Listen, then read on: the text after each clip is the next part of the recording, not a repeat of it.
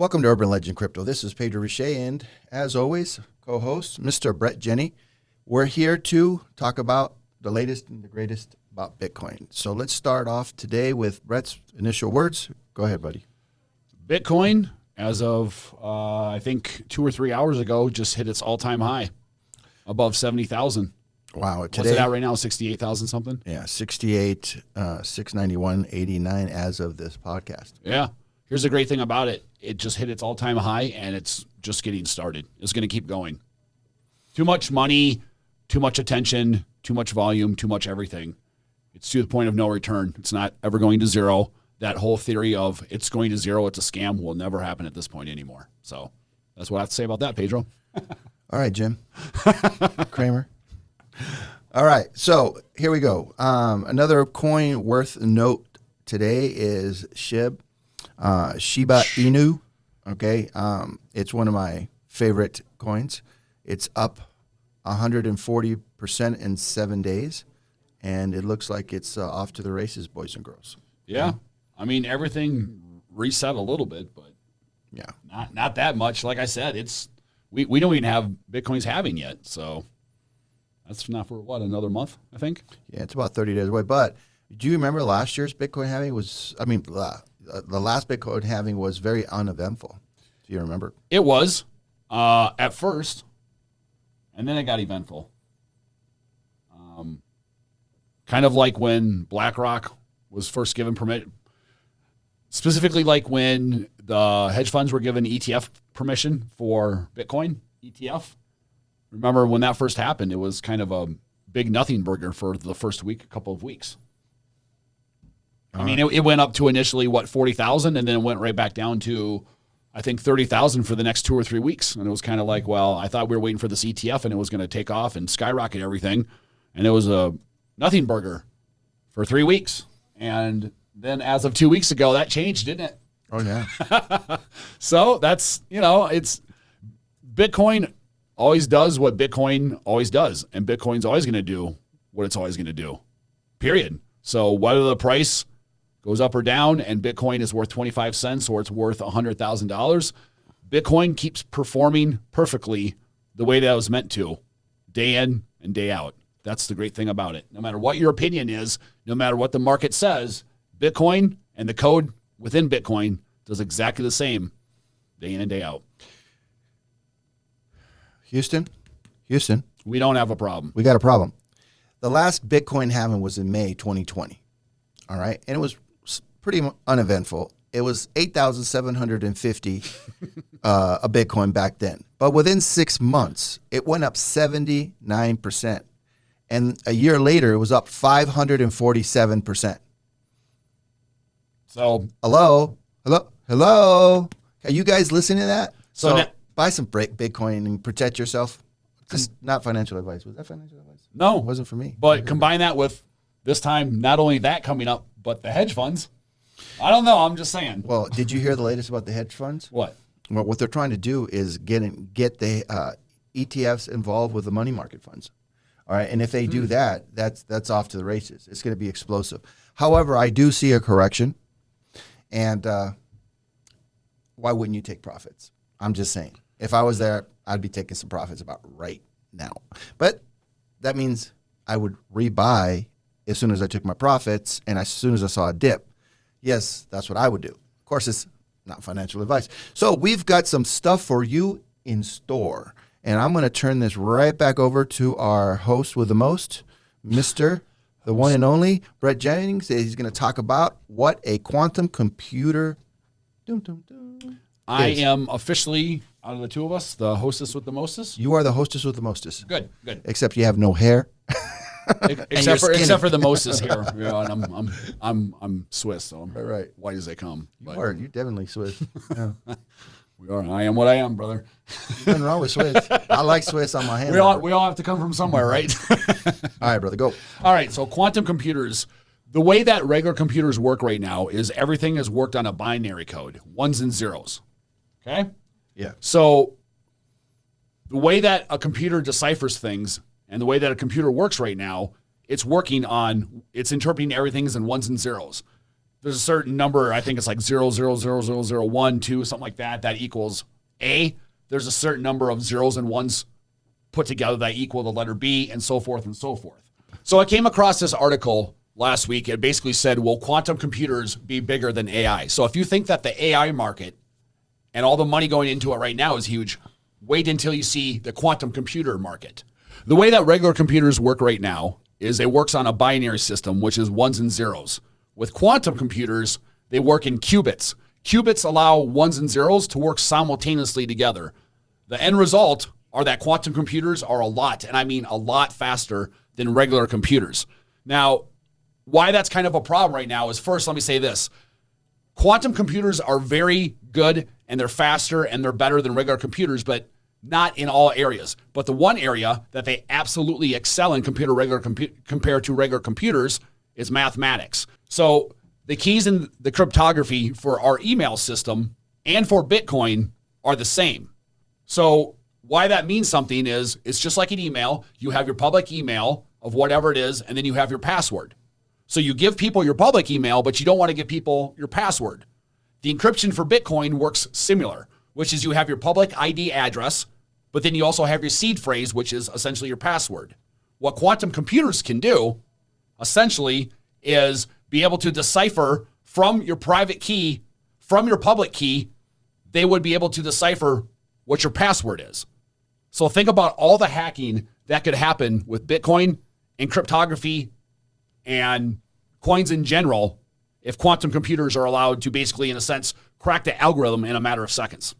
And the quantum computer race is intensifying between China and the United States by the day.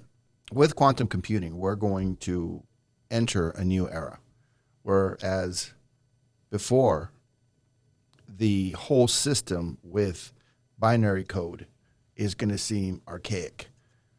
The advantages of quantum computing is that they can become an exponentially faster algorithm, which will allow competing interests to the United States to be able to go in and decipher passwords and the like. Where it becomes dangerous is that it could decipher our private keys. Now, will that happen? Maybe. Probably. Most definitely. But not right now. So why won't it happen right now? Well, because we can't afford quantum computer on an individual level. However, on a government level and a corporate level, some of the biggest corporations own quantum computers. And those computers are being used now for whatever use case they deem important. Now, put a AI into a quantum computer, and you've got a super brain that could do all kinds of things. And I think, and I'm not going to speak for Elon Musk, but I think that was his main concern, right, when he first invested in the whole idea with Sam. Did you see that it came out in the news this week, though, that OpenAI released a bunch of emails from Elon that he sent back in the day, basically saying, yeah, you guys need to be profitable and go for the goal that you're going towards and the way that you're pivoting right now that he's supposedly suing for? There's emails that showed he gave him permission to do that. Did the AI release it, or did Sam and boys release it? Did Sam release it? Who released it? OpenAI released the emails directly from Elon from like 2015, 2016 or something like that. That show that they said, hey, basically it was Elon's idea that basically said, hey, you guys should need to start being profitable and you need to start working towards doing what you need to and aligning your business and your partnerships with people to make money. Okay, so I'm looking right now. OpenAI publishes Elon Musk emails. We're sad that it's come to this, is the article. It was dated, let's see, March 6, 2024 by David Goldman. And what it says is the New York OpenAI fired back at Elon Musk, who sued the ChatGPT company last week for chasing profits and deriving from the original nonprofit mission. Tuesday night, OpenAI published several of Musk's emails from the early days of the company that appear to show Musk acknowledging OpenAI needed to make a ton of money to have funds the incredible computing resources needed to power its AI ambition. Yeah, and so what? So Elon told a company where he invested, hey, you guys need to make a lot of money if this is going to actually be a thing. I don't have any problem with Elon doing that. That is capitalism. That's the way it works, right? If I'm going to invest money in a company, I want it to make a profit. However, that doesn't deviate from the fact that Elon wanted to make sure that it's not going to be a public risk. What do you think, Bret? He says, you guys need to do what you need to start being a profitable company. Where's that line at? Where was the framework or the blueprint written up that said, okay, you're allowed to make this much money, but then if you make too much money and you start doing these partnerships versus these partnerships, and he's really, I don't understand how he planned on it ever being a very profitable company without allowing access to the public at some point or another. It's like, I'm going to start Tesla or SpaceX or something, and I'm not going to open it up to the public. I mean, granted, SpaceX isn't open up to the public. Neuralink, people are going to use that with the, and Starlink with the satellites, with his cars, everything. So who really starts a company without the expectation of eventually making money and offering it to the public? So you want to work on this AI project that's going to benefit society, but I don't want you to eventually release it to society? And if you do release it to society, then what's that framework or that blueprint look like that says this is crossing the line, this isn't crossing the line, you're making too much money here, you shouldn't make as much there, especially when you don't have really that much involvement in it. I invested money, I want to make money off my investment, and guess what? He made money off his investment. Where's the problem? Yeah. Well, first, let's clear some out. You cannot buy SpaceX stock because it's not a publicly traded company. So take that one out. Yeah. However, I'm sure there's a way you can invest in them. I'm sure they'd be willing to take your money, and you might be able to buy directly from them the common stock. I think that's what you meant. Yeah. Well, yeah. I mean, I don't know how that works either. So. Well, I mean, even with other things, like I'm not sure if you can buy stock for Starlink, but you can invest in Starlink. You can buy the technology. You can buy their solar panels. You can buy their cars. Yeah. Well, you can use Borg, right? So in a sense. No, I'm not disagreeing. I'm just saying. All right, guys. So here's the danger, Will Robinson. So I always got to throw that conspiratorial twist on everything I look at. It's just the way it is. So I don't believe for a minute that this technology that was released to the world wasn't developed before. I think it's been in use for a while. It's now probably controllable as far as what they're trying to bring forth to the market, but I don't think it is. I think the fear that Elon Musk has shared with the public is that it could turn into be a Skynet scenario. It could turn out to be something that could be detrimental in so many different ways to humanity. However, that being said, I don't understand the lawsuit. I just don't get it. I don't understand why he's doing it. Your explanation is as good as they come. I have a theory, and it's not based off of anything, but it's a theory. Go ahead. Which is Tesla, especially Elon Musk with all of his companies, probably owns more data than any human being or company in the world, rivaling Google, right? AI is run on data, right? The more data that you have plugged into your AI, the better results, the more it can do for you. What AI will allow is somebody with, say, a quarter of the data that you have to be able to facilitate and get as much gain out of that data as you have in 3 or 4 times what they have without using AI. Maybe Elon's saying to himself, these people I am literally 3 miles ahead of everybody else in this race. And this is going to allow them to catch up fairly quickly without putting in the effort of the race that I have. In a sense, in simple terms. Just a theory. It's okay. Here's the thing. Do you play chess at all? Yes. Okay. So sometimes you're going to sacrifice a piece. And in this case, Elon might be playing a game, right? And he's going to sacrifice his pawn to develop a fork or some gambit that he's got in mind. So why he's doing this, I don't know. It doesn't matter, but he plays on such a different level, it's hard to comprehend the mind of Elon Musk. I mean, think about it. This guy's running 3 separate multi-billion-dollar companies. He's got SpaceX, he's got Tesla, and he's got X. He's reinventing wireless. He's reinventing electric. He's reinventing cars. He's reinventing wireless. He's reinventing human capabilities with Neuralink. Oh, that's another He's one. he's reinventing subways. What else is he doing? He's reinventing space. Are you talking about the ground? Yeah, what's it? boring company. Mm-hmm. You know, he's reinventing space. Yeah. I mean, think about this, man. He's reinventing like 3 or 4 major industries at the exact same time. Yeah. Well, he's like we've mentioned before. He's the Iron Man of our. Yeah. You know, of our. I mean, shoots. I got to reinvent my sock drawer tomorrow. I mean, I'm just saying. This guy, he's running $1 billion companies and managing untold thousands of people. Yeah. And he has time to think through what Sam Altman's doing. And so far, so good. I mean, I don't understand his strategy. I'm okay with it so far. The only thing I can say that I haven't liked that he's done, and that's with Dogecoin, you know, and playing that game. Yeah. I don't like that. You know what though? I think it's a big joke to him at first. It started out as a joke, and then he said to himself, "You know what?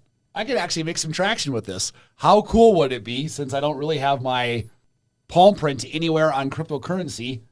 How cool would it be to put my stamp on something for crypto to take some meme coin?" And so people need to understand what Dogecoin. All Dogecoin is literally they took the code for Litecoin and they copy and pasted it, and then added a meme. A meme. And then added a meme at the end of it. That's literally Dogecoin. It's Litecoin's code, added a meme with a meme added in the end. So if you take something that literally has no intrinsic value at all, because there's no supply and demand, there's no scarcity, there's no same characteristics of hard money like Bitcoin, you just take something that says it's not worth anything. It's in a joke, a joke to make fun of cryptocurrencies, and I'm going to take that, and I'm going to use that symbol and that reference to actually give it value. Yep. It's kind of crazy, you know. But back to Elon, I'll just say this quickly, which is I was on Facebook earlier this week, and I made a comment in one of my posts about Tesla's down right now in the market, and the analysts on CNBC are saying to themselves, "Do you think Tesla's a good buy? Should I buy Tesla? I don't know. There's more troubled times coming for Tesla." And that's my answer, which is, why would you not buy as much Tesla right now as you could, even if it goes down a little bit more? Do you think he's going to stop reinventing space? Do you think he's going to stop reinventing satellites? Do you think he's going to stop reinventing the subway? Do you think he's going to stop reinventing cars? No. I mean, those, like I said earlier, 4 major industries. Somebody like that just doesn't stop doing that. Why would you bet against him? I guess I don't really understand. Jim Kramer Jimmy. On Mad Money. Tesla stock recent performance decline. Tesla stock took a hard 5% dip. Blah blah blah blah. So you know about the inverse Kramer. Anytime Jim Kramer goes on Twitter and says that Bitcoin is bust and it's going to tank, it does nothing but rise in value. And then every time he said that Bitcoin's just starting to take off and it's going to rise like the phoenix out of the fire, it starts tanking. That's Jim Kramer for you. The inverse Kramer move, right? It says here on a Reddit post, don't ask me, let me just put it up. Don't ask me why, but I often watch Mad Money on CNBC. I also make notes of where I got recommendations where I buy stocks, and starting to realize how bad the recommendations often are and how dishonest he is about his bad calls. A few examples. Last night someone called into and asked about Eva, whatever that is, and he said he couldn't recommend it. Oh, really? Actually, he did recommend it. It was just several weeks ago. I know because I bought it soon after, and it tanked. I understand things change, and he's entitled to change his mind. But how about at least saying something like, I know I recommended this one, but I can't now because of inflation or whatever. 2, XL Fleet, same story as above. He recommended it, then he didn't and pretended like earlier recommendations never happened. Then 3, Tech Meltdown. In the run-up of 2020 election, Jim was pimping hard for Biden. Okay, fine. Everyone's entitled to their own opinion, but he kept repeatedly claiming that Biden would great for tech stock and especially Apple because he would improve relationship with China. This call has been catastrophically wrong. At least so far, no one acknowledges of this whatsoever from him. As so-called expert, shouldn't we have known that the policies Biden would call for a huge increase in government spending, massive stimulus checks, enhanced unemployment checks would cause inflation, and inflation would be bad for many of the high multiple tech stocks. Thank you, Mr. Who did this? I don't know. Who knows? Who knows? But that, I mean, oh, here it is. Florida federal fan. Thanks for all our federal fan. shout out. Yeah. All right, guys. So right now we're going to go into another topic for us. And What we talk about? Bret is going to talk about. So, were two of the 9/11 hijackers CIA recruits?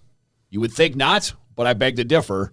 An article I came across that was talking about something called Operation Encore, which was an FBI probe into the Saudi links to 9/11 and was halted prematurely in 2016 due to internal disputes. So, the Operation Encore was a 21-page declaration summarizing classified disclosures and interviews and high-ranking CIA and FBI officials. What they came to the conclusion was that at least two of the 9/11 hijackers were allegedly involved in a secret CIA Saudi operation revealed in a court. So two of the 9/11 hijackers were involved in a secret CIA Saudi operation. So it suggests that two of the 9/11 hijackers were involved in a secret CIA Saudi operation that possibly went awry. And two of the hijackers were tracked after attending an Al-Qaeda meeting, but their presence in the U.S. was concealed. So we knew two of the hijackers that were in a CIA/Saudi Arabia co-op. They left that co-op. We tracked two of the hijackers over to America. Once they were in America, we concealed and didn't let anyone know, just tracking them. The CIA had involvement in directing the activities of the two hijackers through Saudi intelligence. That was another thing. So the CIA had involvement in directing the two hijackers with their involvement with Saudi Arabia. The aftermath of 9/11 saw a suspension of investigation to 9/11. So in 2016, Operation Encore was a 21-page declaration summarizing these classified documentation that proved that two of the hijackers on 9/11 were working with a CIA Saudi Arabia operation. They left that operation. Our CIA tracked those two hijackers here to America and kept it completely concealed. How were they able to join up with the other hijackers once they got to America and then do what they did on 9/11 without the FBI knowing they were going to do that? I really don't know, because according to this report, they were tracked. Not only tracked over here in America, but they were in operations with the CIA previous to 9/11. Wow. What do you feel about that, man? That's crazy, huh? The more that the years go by and the more that we're moved from 9/11, the more these things come out every year, literally. Absolutely astonishing. Why can't anyone explain to me why did Building 7 collapse? How is it possible that three buildings collapsed on their own footprint when they were hit from, two of them were hit from above? And how cleanly they fell and how quickly they fell. And the only answer to that is controlled demolition, which is something called thermite, which by now so many engineers, so many experts have looked into this and have all concluded, almost without exception, at least the ones that are not paid off, that it was a controlled demo and it went down its own footprint. And that is proof enough with Building 7. So until that is explained to me, I'm going to think it was a homegrown event. And it just wasn't one building, correct? Right. It was multiple ones. Well, it was three. It was the two buildings with the Federal Trade Center, and then it was Building 7 that went down, which was the headquarters of the CIA, I believe. CIA. The New York City Office of Emergency Management. Also, another office in there was the IRS. Another office was the Secret Service. Another office was the SEC, and a number of financial institutions, including Solomon Smith Barney, Standard Chartered Bank and American Express Bank International. It was also known for housing the offices of several insurance companies. The building collapsed after the. Yeah. So that's a lot of data, man, from a lot of financial. Yeah. So what they say is that Wow. There was a lot of proof that was destroyed in Building 7 against the Bushes, the Clintons, and a bunch of other people. So at the end of the day, it was a convenient hit. And let's not talk about the Pentagon, where they just found out that it was actually, they found some footage and it was actually a Scud missile that actually hit the Pentagon. Did you hear about that? No. Yeah, there's this story that popped out that they found this footage, and it's been hushed. Well, where did it come from? It is CCTV footage of Scud missile hitting 9/11. And there it goes. Where's it at?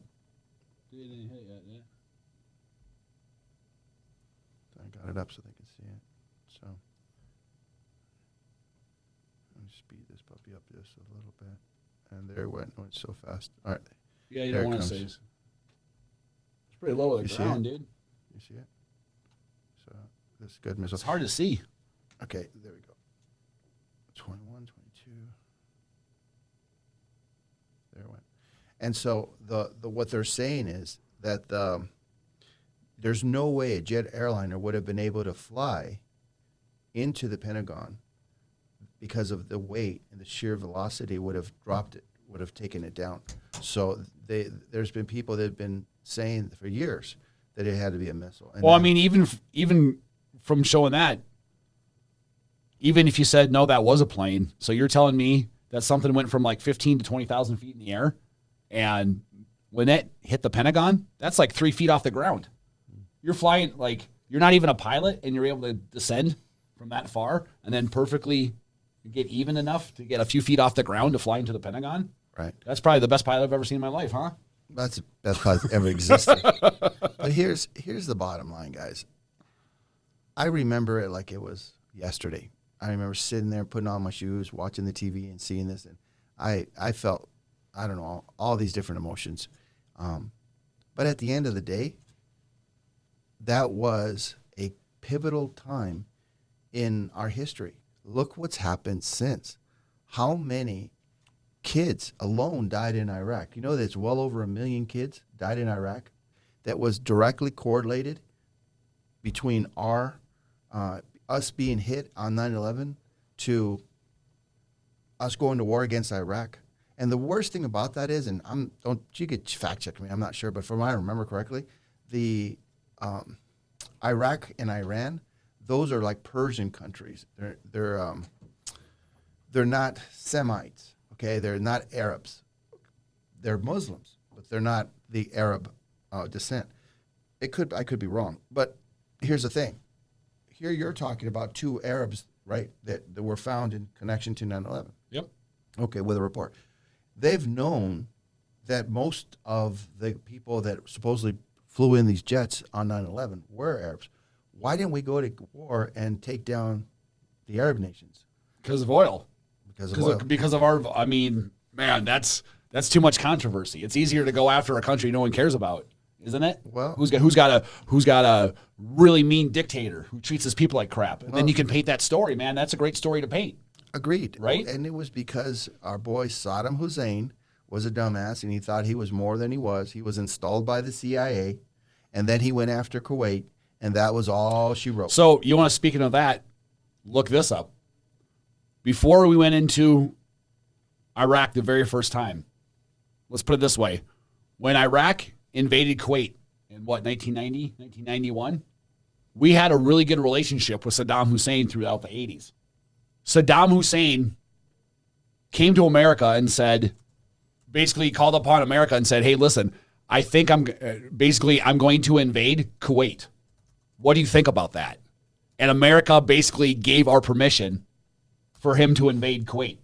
And then he invades Kuwait, and we use that for a reason, to take out Iraq and go over and get their oil.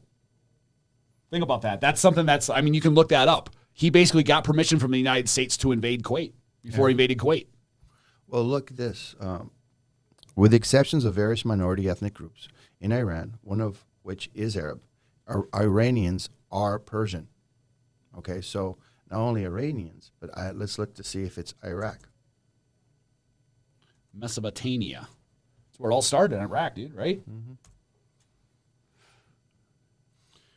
And it's the same thing.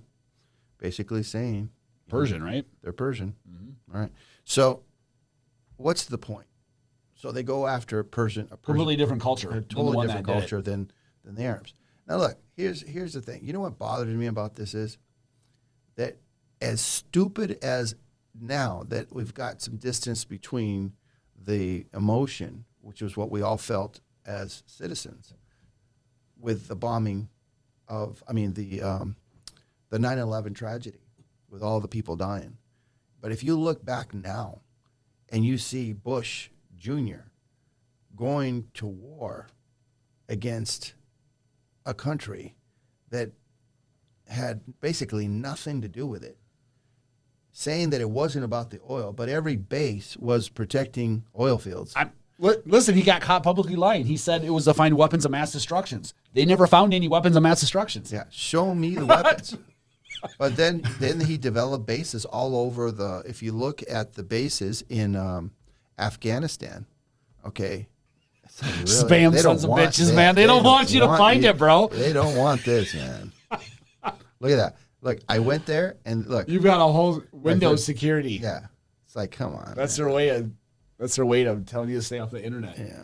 Stay off the subject. We don't want you to know about that. Yeah, look at that. Censoring without censoring. Hey, look at that, folks. You know what? So you just clog you up with so much spam. Yeah, I try to go in there just to show you guys the map, and all of a sudden that's a trigger, right? Now I got to contact support. And all you wanted to do is find out a map of U.S. bases in Afghanistan. Mm-hmm. And they fill you up with all this spam that you can't unload right now. Okay, 9/11 right here. So this just came out last week.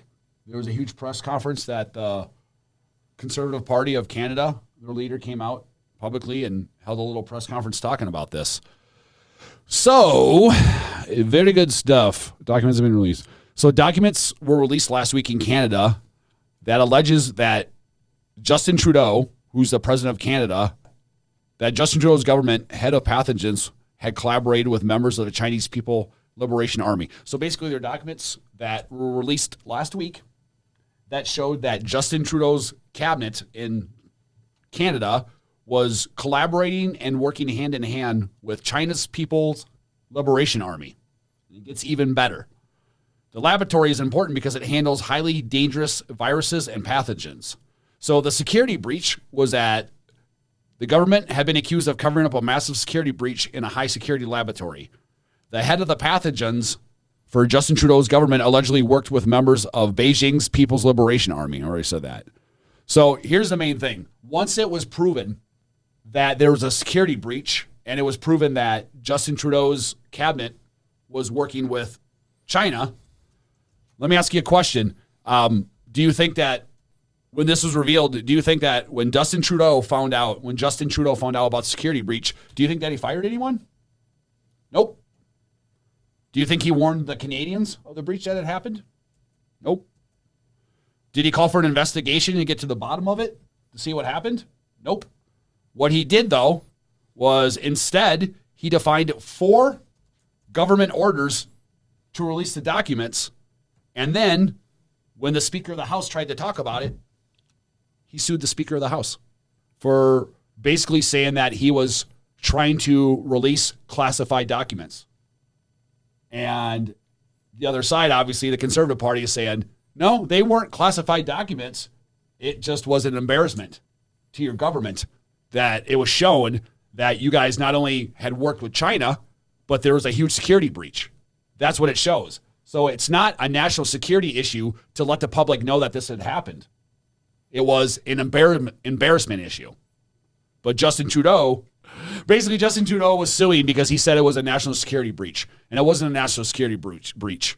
Newly released documents concerning 2 scientists who were dismissed from the National Microbiology Lab in Winnipeg. So the 2 scientists that were released were basically in association with China. And it was discovered that they were in association with China. And so they were fired. But by them being realized that they were in discussions with China, it was a huge security breach. Wouldn't you like to know that if it was revealed that the Center of our Disease Control had relations and was collaborating with China during COVID, and it was revealed that we were working with them hand in hand, and that there was a huge security breach? Wouldn't you want to know that? Yeah. Now think about our government covering it up. That's the big deal. But Bret, they are. I mean, do you guys know where it came from? It came from a lab that was in I think it was California.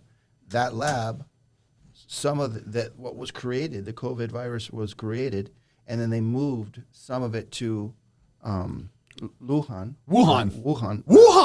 Yeah, to basically have it studied, and then from there, the whole it must have got out somehow into the public market, which is all a bunch of baloney now. You know, remember they said that? The monkey was eating in the thing, and these people didn't eat anything. It's these disgusting people. No, that's bull.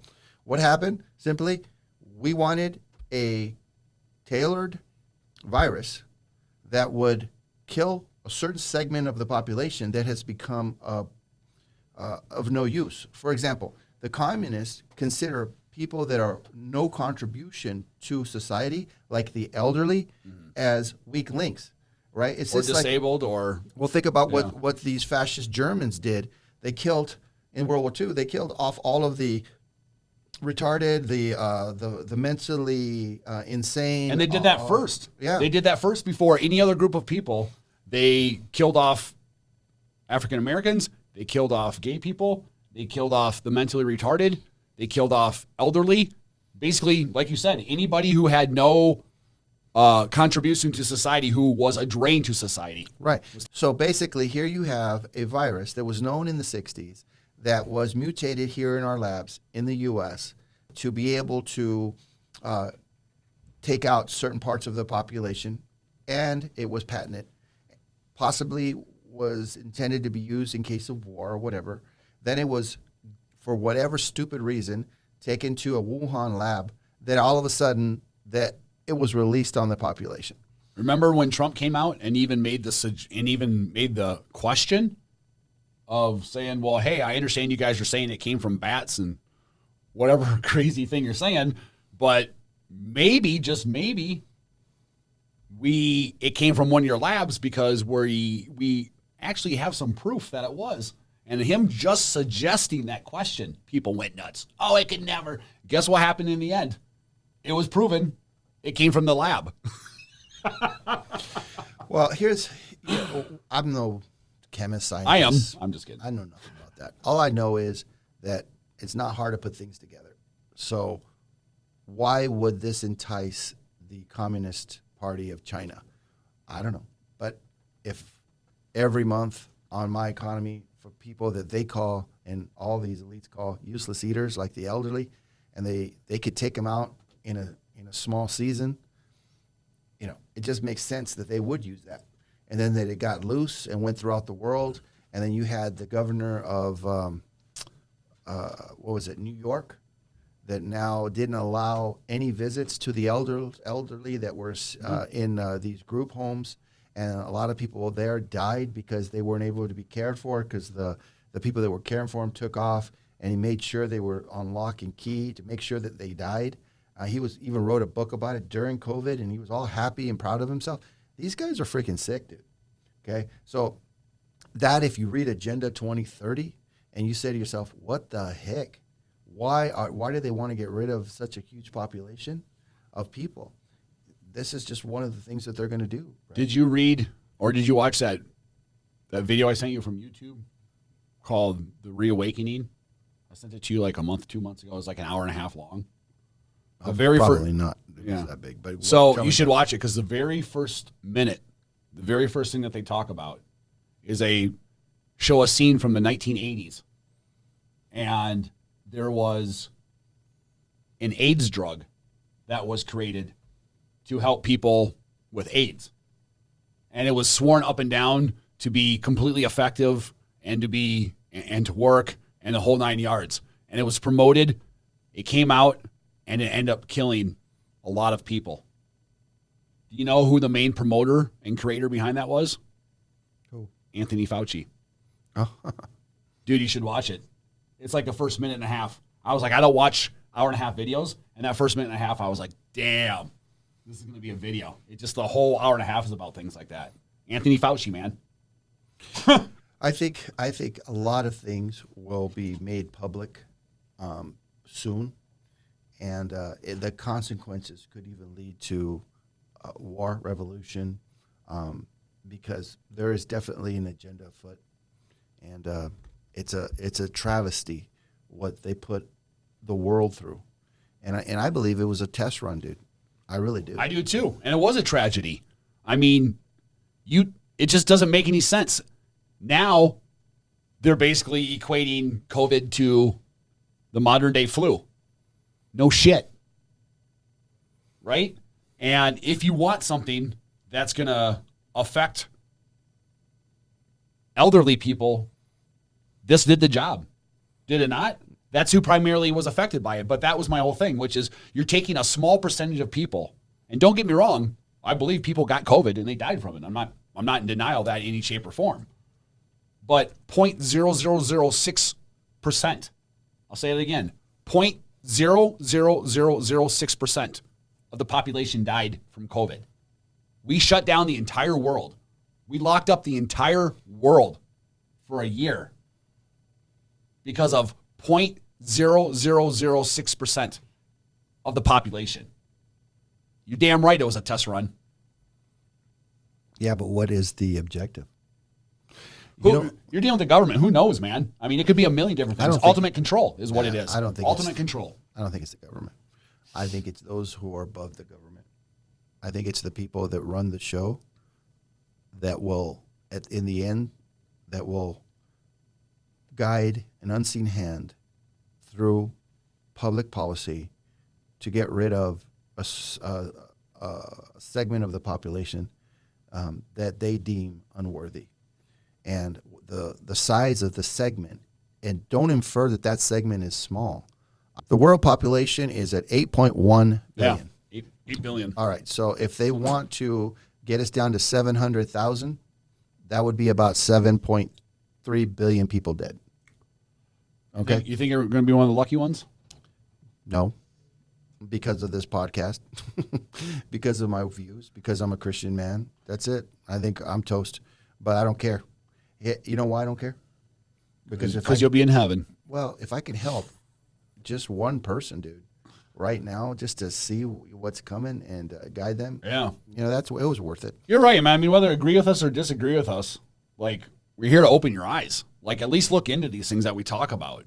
Go on the internet, do your own research, have your own inquiries, have your own fascinations about these things. But regardless, like, go out there and understand what is happening to you in this world. Understand where the world is going and what they want to do to you. It's up to you to make the happiness in your life and to find the things in your life that you need. So, you need to understand what is happening and what is going to happen. It's incumbent upon you to. Yeah. I think during 9/11, taking it back, we were a lot more of a trusting nation. I think one of the consequences to 9/11 is that a lot of people woke up and realized that there's an unseen hand, a nefarious segment that wants to control not just the people, but all the assets of the world, to control it so that way anything that they want can be manifested. And unfortunately, what they want is not good. It's mostly evil. And when you got evil people trying to manipulate a population by locking us down, by taking us to war, by abusing our trust with our tax dollars and money and poisoning our foods, I think it's time for the people to stand up. But the other side is the apathy. There's so much apathy right now. People are so deep into credit card debt, so deep into housing debt, that they basically can't look around anymore. And that is on purpose. They want you to be so poor that your thoughts are not on making the world better, but on just surviving another day. And that is a tragedy. Whereas in 9/11, prior to, people had more trust in governments, in food that they ate. And unfortunately, they were able to get away with a lot more crap than they are now, because we are in an enlightened time with AI.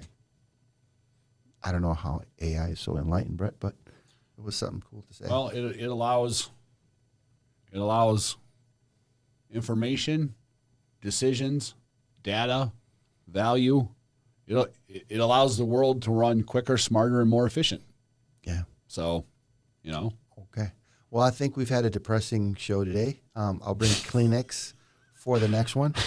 I said, I don't know what's going to happen. One step away from slitting my wrist. Yeah, I know. We're like, holy shoots, man. This was like a terrible, I mean, It's cool, though, because we can edit. Yeah, we can edit. But here's the thing. I mean, if you think about it, if you look at history as a whole, you'll realize that a lot of it's lies. Yeah. These guys get away with. That's why we have a podcast. Lies. We're not here to tell you that the sun is shining and that, go have fun this weekend and breathe in the mountain air. I mean, go do that too, but that's not what the purpose of the show is. The purpose of the show is to open your eyes. Okay, that means we have a purpose. We do? I just made up it right now. Yeah. Those are the best purposes, the ones you make up on the spot. Right. I don't know if we've ever had a purpose, but we're here. As long as we believe we have a purpose, that's all that really matters, Pedro. Yeah. Thanks for coming on Urban Legend Crypto. Catch you on the next one. Anything you want to close this off with? Nope. Okay. Let's make sure we recorded. Be blessed. Oh, you remember that one time we did a show and it didn't record? Oh, yeah, dude. That was like an hour and a half. You're like,